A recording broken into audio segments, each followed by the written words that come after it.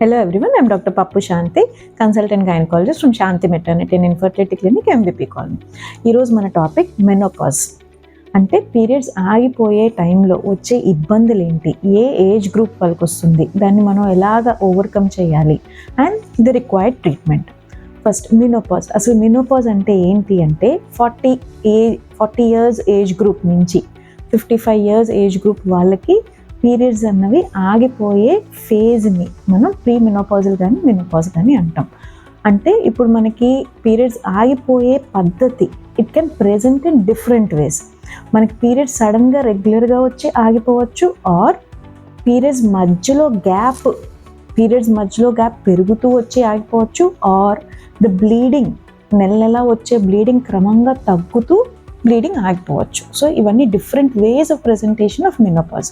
Menopause అంటేనే periods ఆగిపోవడం. So సడన్గా ఆగొచ్చు, లేకపోతే గ్యాప్ వస్తూ ఆగొచ్చు, లేకపోతే బ్లీడింగ్ తగ్గిపోతూ ఆగిపోవచ్చు. ఏ ఏజ్ గ్రూప్ వాళ్ళకి ఇది స్టార్ట్ అవుతుంది. It can start as early as 40, కానీ 50 ఇయర్స్ వరకు 55 ఇయర్స్ వాళ్ళకి కూడా కొన్నిసార్లు రెగ్యులర్ పీరియడ్స్ వస్తూనే ఉంటాయి.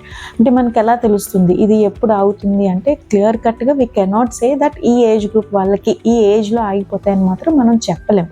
మోస్ట్లీ మీరు మీ మదర్ని కానీ సిస్టర్స్ని కానీ కనుక్కుంటే వాళ్ళ ఏజ్ ఎప్పుడైతే ఆగిపోయాయో that you can correlate with your self. So మనకి ప్రెజెంటేషన్ ఏంటి, దిస్ ఇస్ రియల్లీ ఇదేంటంటే మనకి ఈ టైంలో కొంత హార్మోనల్ ఇంబ్యాలెన్స్ వస్తుంది కాబట్టి, అంటే మనకి అండాశయాలు పనిచేయడం తగ్గుతుంది కాబట్టి ఆ హార్మోన్స్ లెవెల్స్ తగ్గుతాయి. దాంతోపాటు బ్రెయిన్ నుంచి వచ్చే హార్మోన్స్ పెరుగుతాయి. సో ఈ ఇంబ్యాలెన్స్ వల్ల కొన్ని సిమ్టమ్స్ మాత్రం ఈ ఫేజ్లో ఉండొచ్చు. అందరికీ కాదు, but maximum patients will suffer a little bit of disturbances. అంటే ఎలా ప్రెజెంట్ అవుతారు అంటే, సో ఈ పీరియడ్లోని మనకు వచ్చే సిమ్టమ్స్ ఏంటంటే హాట్ ఫ్లషెస్ అంటాం, వేడి ఆవిరిలు రావచ్చు, స్వెట్టింగ్ ఎక్కువగా ఉంటుంది, చాలా వీక్నెస్ ఉంటుంది.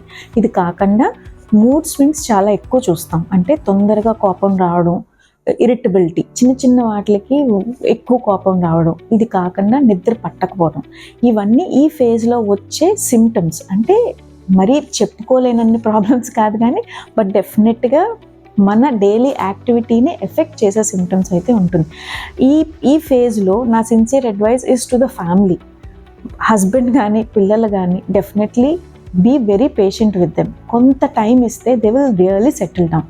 ఒకవేళ కానీ మీకు సిమ్టమ్స్ ఎక్కువగా ఉండి ఇబ్బంది ఎక్కువ ఉంటే డెఫినెట్గా కన్సల్ట్ చేస్తే, అంటే మీ గైనకాలజిస్ట్ని కన్సల్ట్ చేస్తే మీకుండే సిమ్టమ్ బట్టి సిమ్టమాటిక్ రిలీఫ్కి డెఫినెట్గా మెడిసిన్స్ ఉన్నాయి.